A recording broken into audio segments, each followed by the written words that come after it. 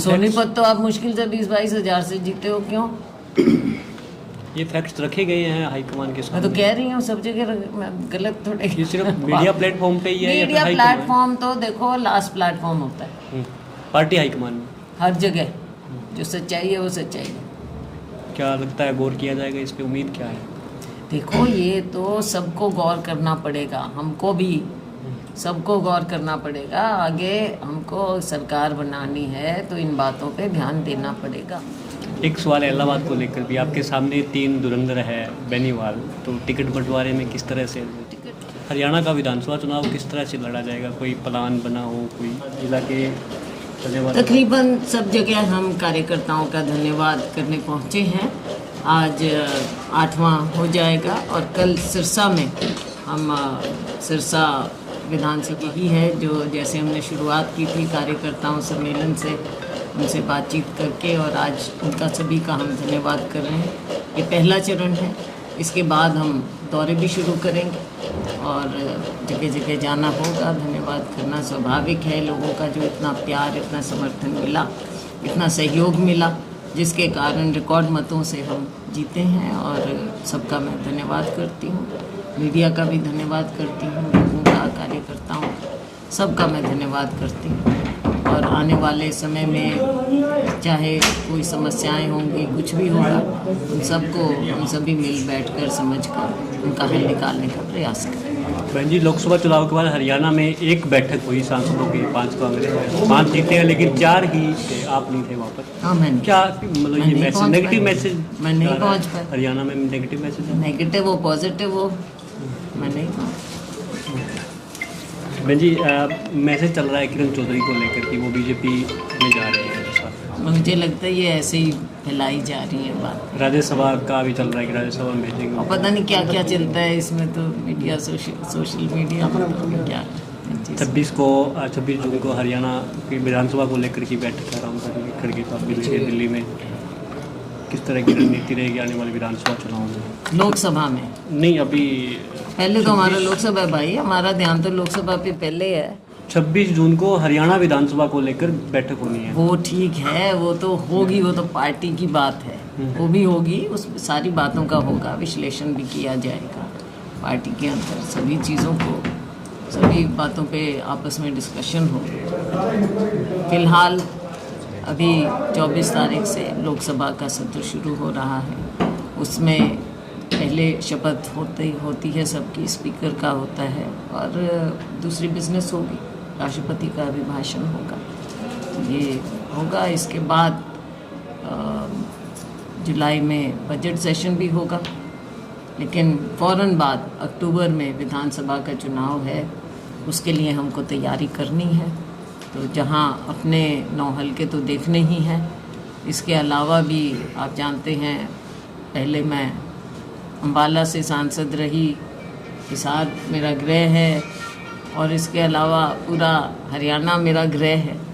तो सब जगह पार्टी को मजबूत करने के लिए हमको मेहनत करनी है, काम करना है, ताकि आगे सरकार बने। किरण जी ने ये भी कहा था कि सबसे लायक अगर कोई मुख्यमंत्री बनने के तो वो शैलजा जी है। ये उनका अपना ओपिनियन है, मैं उनका धन्यवाद करती हूँ। एक सवाल है इलाहाबाद को लेकर भी, आपके सामने 3 धुरंधर है बेनीवाल, तो टिकट बंटवारे में किस तरह से? टिकट बंटवारा जब होगा, देखो अपना अपना दावा सभी पेश करते हैं और करना चाहिए, लेकिन उस समय जो फैसला होगा, नीचे ज़मीन से भी रिपोर्ट ली जाएंगी, पार्टी देखेगी, कई पहलू देखते हुए उस समय फैसला होगा। लोकसभा में जिस प्रकार जनता ने उल्टफेर किया है, तो इसका विधानसभा पर कितना असर पड़ेगा? किस चीज़ का जो उल्टफेर हुआ है, जो भाजपा पिछली बार 10 सीटें थी, इस बार कुछ नहीं, ये तो प्रोपगंडा रहा इनका, भाजपा का 400 370, इनको भी शायद कहीं ना कहीं मालूम होगा कि क्या होने जा रहा है।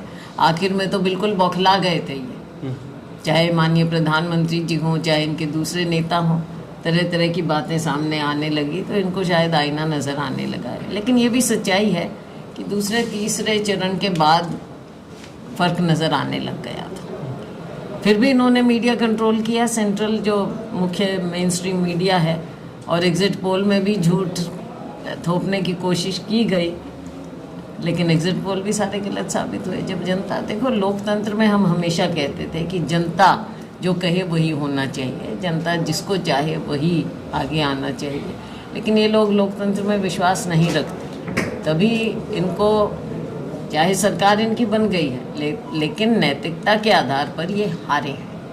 खुद भाजपा की सीट कहाँ 370, कहाँ 240 आ गए हैं, तो ये तो असलियत सामने दिख गई ना, आईना दिखा दिया जनता ने।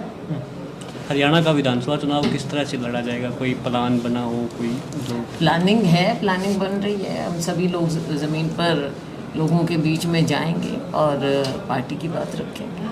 टिकटों के बंटवारे में मेरिट होगा या फिर हिस्सेदारी होगी सभी नेताओं की? देखो मेरिट नंबर 1 होनी चाहिए, आगे देखेंगे। मैं मेरा की राजनीति ना चले और मेरिट आए आगे। मेरिट के आधार पर बढ़ती है तो कांग्रेस सत्ता में आ सकती है। तो पहले भी कहा, लोकसभा में भी मैंने कहा, अगर मेरिट के आधार पर बढ़ती टिकटें तो हम 10 की 10 सीट भी जीत सकते थे। तो रहा, भिवानी की मैंने बात की आपसे, इवन हिसार में अगर आप हम दे देते चंद्रमोहन जी को तो लाखों में जीतते, अभी भी जीते हैं आप, मतलब अच्छी बात है। लेकिन भिवानी में हम सीट क्यों आ रहे? वे श्रुति को देते हो लाखों में जीतती। गुड़गांव में अगर हम कैप्टन अजय को दे देते, अहीरवाल है, तो हम बिल्कुल जीतते।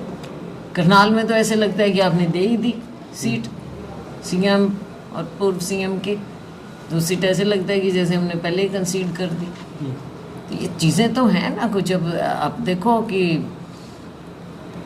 सोनीपत में, अब अम्बाला में मैं तो हारी थी पिछली बार, हारी थी, बहुत ज़्यादा से हारी थी, हम सभी हारे थे लाखों में। लेकिन अब की बार हम अम्बाला जिता के लाए हैं, अच्छे बहुमत से जिता के लाए हैं। सोनीपत तो आप मुश्किल से 20-22 हज़ार से जीते हो, क्यों? ये फैक्ट्स रखे गए हैं हाईकमान के सामने। मैं तो कह रही हूँ सब जगह, मैं गलत थोड़े। ये सिर्फ मीडिया प्लेटफॉर्म पे ही है? मीडिया प्लेटफॉर्म तो देखो लास्ट प्लेटफॉर्म होता है, पार्टी हाईकमान में हर जगह जो सच्चाई है वो सच्चाई है। क्या लगता है, गौर किया जाएगा इस पे, उम्मीद क्या है? देखो ये तो सबको गौर करना पड़ेगा, हमको भी सबको गौर करना पड़ेगा। आगे हमको सरकार बनानी है तो इन बातों पे ध्यान देना पड़ेगा। एक बेंचिकल जींद में रैली है भाजपा की, उसमें अधिकारियों पर ये नोटिस दिया है कि अगर रैली में उपस्थित नहीं हुए कर्मचारी अधिकारी तो उन पर कार्रवाई होगी। देखो जनता ने तो आना नहीं, अधिकारियों पे दबाव दिया जा रहा है, फिर भी आप हाल देख लेना इनकी रैली, सो कॉल्ड रैली होती है, लेकिन रैली में आता कौन है इनके? हरियाणा में खाली पड़े रहते हैं। हरियाणा में कार्य दिवस पर समाधान शिविर लग रही है दफ्तरों में, 2 घंटे सुबह 9 से 11 बजे तक। ऐसा है, भाजपा को 10 साल दिए थे, अब जो 10 साल में कर ही नहीं पाए, कुछ दिखा ही नहीं पाए, और ये नतीजों से भी आपको दिख रहा है। अब आखिर में टू लिटिल टू लेट क्या दिखाना चाह रहे हैं, क्या करना चाह रहे हैं? ना इनकी प्रशासन पे पकड़, ना इनके पास कोई सोच, विजन, नीति कुछ तो हो, कुछ भी तो नहीं था। लोगों को फंसा के रख दिया, कहीं फैमिली आईडी, कहीं प्रॉपर्टी आईडी, किसान सड़क पे बैठे हैं, लोग बिजली पानी को हाहाकार मची हुई है, सब जगह बुरे हाल। जमाल के लोग अभी हमारे को मिले थे। अब 50,000 भर्तियाँ का भी कह रहे हैं और प्लाट भी 100 गज के देने का बोल। ये 100 गज के प्लॉट तो सोनिया जी आई थी, उन्होंने शुरुआत की थी हमारे समय में। 10 साल इन्होंने क्यों रोक के रखा?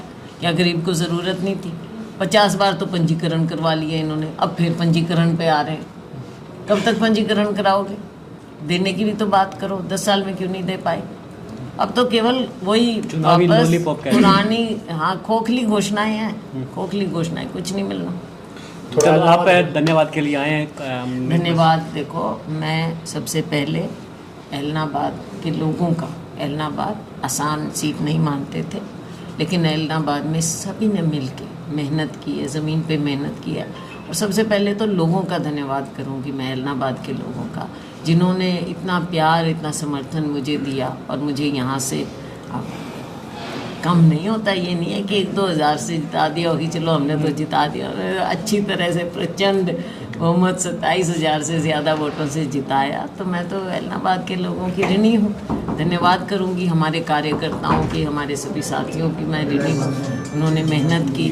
और मैं मीडिया का भी धन्यवाद करूँगी, मीडिया का सहयोग हमें रहा, सबका मैं धन्यवाद करूँगी। सब ने अपना चुनाव समझ कर ये चुनाव लड़ा और हर वर्ग ने हमारा साथ दिया। तो मैं छत्तीस बिरादरी का सबका धन्यवाद। बहन जी, एक आखिरी सवाल है कि विपक्ष ने मुद्दा भी बनाया था कि आपका स्थायी पता नहीं है सिरसा में। देखो, ये अभी विपक्ष 5 साल के लिए बनाए, रहेगा। सैलजा इन लोगों से बहुत पुरानी है यहाँ पे और पुश्तों से पुरानी है, तो ये कोई सवाल मैं सवाल नहीं मानती। मैम, एक एलनाबाद का सवाल, जैसे यहाँ पे कोई नेशनल हाईवे नहीं है और एक रेल की समस्या है सिरसा से एलनाबाद, 5-4 बार उसका मतलब सर्वे भी हो चुका है, लेकिन उसके बाद लेकिन केंद्र सरकार की नीति ऐसी है, इन्होंने कुछ करना नहीं, कुछ किया नहीं। ये तो जब टाइम बदलेगा तभी, आप बैठो बड़े सिंह जी, ये तो जब टाइम बदलेगा, बदलाव आएगा, तभी हम ये करेंगे, आवाज़ हम उठाएंगे।